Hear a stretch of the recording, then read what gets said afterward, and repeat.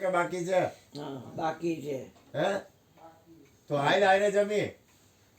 જા તો હે ગાંઠિયા ખાઈશું થોડોક? હા લે થોડોક હા લઈ જા. ઉપર ગોરધનભાઈ પૈસો લઈ જા. ઉપર આયા લઈ જા. આ તો ગાંઠિયા ખવાય. જો ઓલા ગેલેક્સી પાસે ઓરે રહ્યું ને ત્યાંથી કાંઈ બોલતો કાં નથી. સમજો મસાલા વાળા હરખા બનાવડાવે. ગરમ ગાંઠિયા દે. ઈ આપણે કેટલા જણા છે? જો રસિકભાઈ ખાય, ભૂપેનભાઈ 2 જણા ખાય, બધા કાકા ખાય. અચૂડો તો ખાય કે ન ખાય? ગોરધનભાઈ ખાય. તું ખાઈશ ને બેટા? હું તો ખાવ જ ને, મને ભૂખ લાગી છે એટલે તો હું ક્યારનું પૂછું. ગાંઠિયા ખાવું કરીશ તો ઢોઢો કરીશ તો ગોળી ખાઈ દઈશ ને. હા તો હારું. તમને ભૂખ લાગી તો મને ભૂખ લાગી હતી. પછી મેં કીધું હવે શું કરું? પછી મેં વિનુભાઈ કીધું મને ગાંઠિયા તો કે અચૂડ આવ્યું. તો આ નાલાયક સાડા ખાધા વગર વયો જાસ ગાંડીના. એમ પછી ભૂખ તો લાગે ને, બાળક છે આખો દી કામ હાચા ને. એ યોગા આવજો. યોગા આવજો. પેટ્રોલ ન હોય તો પુરાવી લેજે આ ભાઈના પૈસામાંથી બેટા.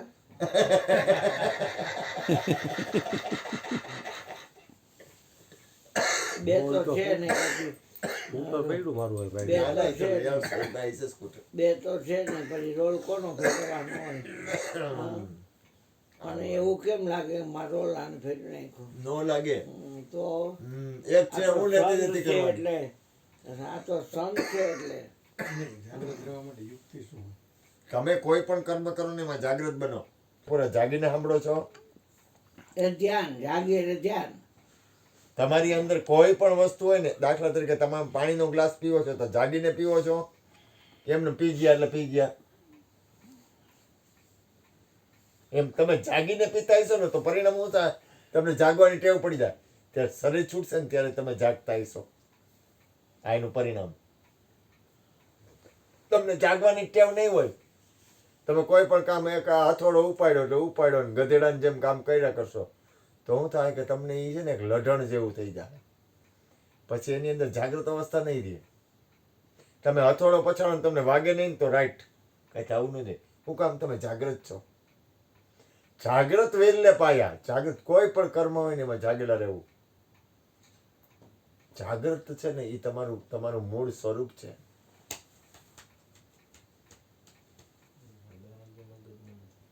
તમે ગમે એ વસ્તુ કરતા તમે જોવો છો તો જાગીને જોવો છો કે આમ ખાલી જોયું એટલે જોયું? જાગૃત અવસ્થા છે ને સત્પુરુષોની છે. મહાપુરુષો હોય ને જાગેલા હોય. એ કોઈ ક્રિયા નથી.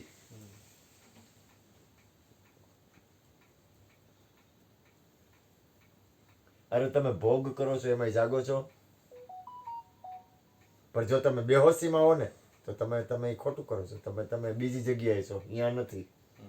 તમે બીજી જગ્યાએ છો. જો હું ક્રિયા કોઈ નથી બતાવતો, ભૂલ ન કરતા, હું તમને જગાડું છું. મહાપુરુષ હરમેશ માટે જગાડે. તમે સૂતા છો તો જાગો છો, સૂઈ જાઓ પણ જાગો છો. સૂતા સૂતા તમે જાગૃત અવસ્થા છો. તમે સુવો છો એ તમને ખબર છે કે ગધેડાની જેમ હુવો છો? એમ નહીં. જીવનમાં કોઈ પણ વસ્તુ કરો, તમારી સુરતા, તમારું ધ્યાન, તમારી અવસ્થા એ જાગૃત હોય. સૌ જાગૃત સુરત સહેજકી ભીતર રહો ભજનમાં. બાહ્ય ક્રિયા હરિગુરુ સંતો હોય ને, હરિગુરુ સંતો હોય ને બાહ્ય ક્રિયા કાંઈ લેવા દેવાનો હોય. કરમ બાહ્ય ક્રિયા છે ને ગૌણ છે. ભાંગ દે કર શબ્દ સદગુરુ કી સેવ શાન સમજી લે સદગુરુની અવધૂતો નથી. બાહ્ય ક્રિયા છે ને મહત્વની નથી, ભૂલ ન કરતા. બાહ્ય ક્રિયા ગૌણ છે, એક સાધન છે, પણ તમારી અંદરની સ્થિતિ છે ને પરમ ભરમ કી ભ્રમણા ભાંગી લાલન છે લે લગાયા. પછી અવડા હતા એ સવડા કીના લખ્યા ફેર લખાયા. સંતો મુનિવર મન સમજાયા. જો એક વસ્તુ યાદ રાખો, તમે તમને જોવો. પેલા પ્રથમ લક્ષણ છે, પેલા તમે તમને જુઓ. તમે શું કરો છો એ તમારી અંદરની સ્થિતિને તમે જ્યાં સુધી નહીં જુઓ ને ત્યાં સુધી તમે જાગી નહીં શકો. બીજું, સ્વાર્થી ન બનો. સાધન તમારે લઈને છે, તમે સાધનને લઈને નથી, એ પાકું રાખજો. કેમ ભાઈ? કેમ તરત જ આ ભગવાનને તરત જ અંદરથી એ ગાંઠિયા ખાવાય ને હાલ ઉપર ઉપર દઈ આવી જા? કેમ કેમ એની અંદર કેમ શું એવું છે? તો જાયગા પૈસા પૈસા વ્યવહાર જઈ રહ્યો જવા દો, કેમ જાયગા? એવું શું હતું કે તરત જ એને કીધું વ્યવહાર વહીવટ સત્ય ન સમજતા? વ્યવહાર વહીવટ જરૂરી છે. હું કાંઈ ઉડાડવાનું નથી કહેતો, કાંઈ ખોટું કરવાનું નથી કહેતો, કાંઈ હાલવાનું નથી કહેતો, કાંઈ કરવાનું નથી કહેતો. પણ કેમ એ જાગી ગયા? એની અંદર જાગૃત અવસ્થા કેમ આવી? એનું ધ્યાન ક્યાં છે? જો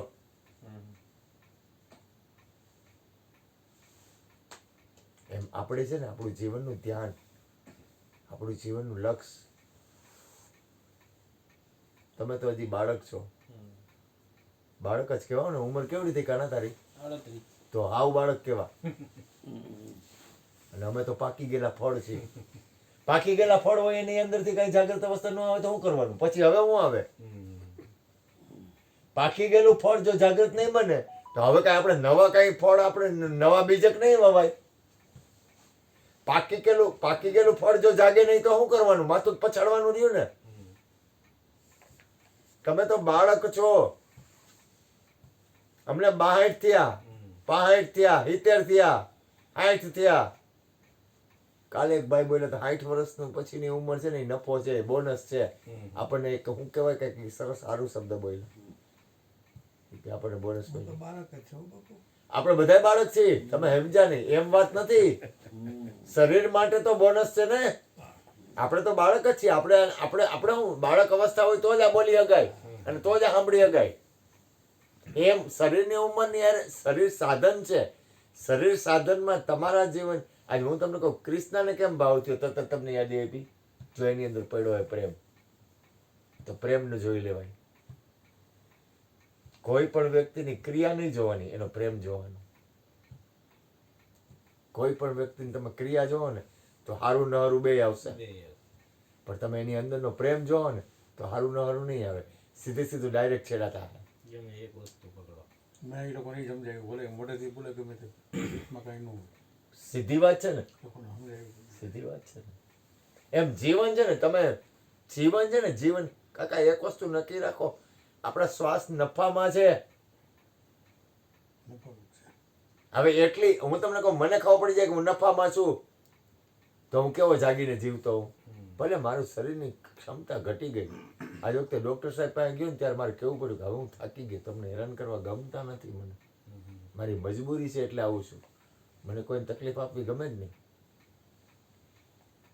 મારે ડૉક્ટરને મેં કીધું સાહેબ મને ગમતું નથી તમારી પાસે આવું, મારે તમને તકલીફ આપવી પડી, મને ગમ્યું નહીં, તો મારી મજબૂરી છે, મારી તબિયત એવી છે એટલે મારે આવવું પડે છે. એની રાડ ફાટી ગઈ, કારણ કે એની અંદર એ પરમાત્મા છે ને. એને એમ થયું ભાઈ ઓલાને કે જોતો કે ઓલી સીસી પડી છે કે સિરપની, તો આની પાસે પૈસાની સીસી નથી મગાવી, તો એની પાસે પડી હોય ને સેમ્પલ તો એ મને આપી દે પેકે પેક. ન મળ્યા.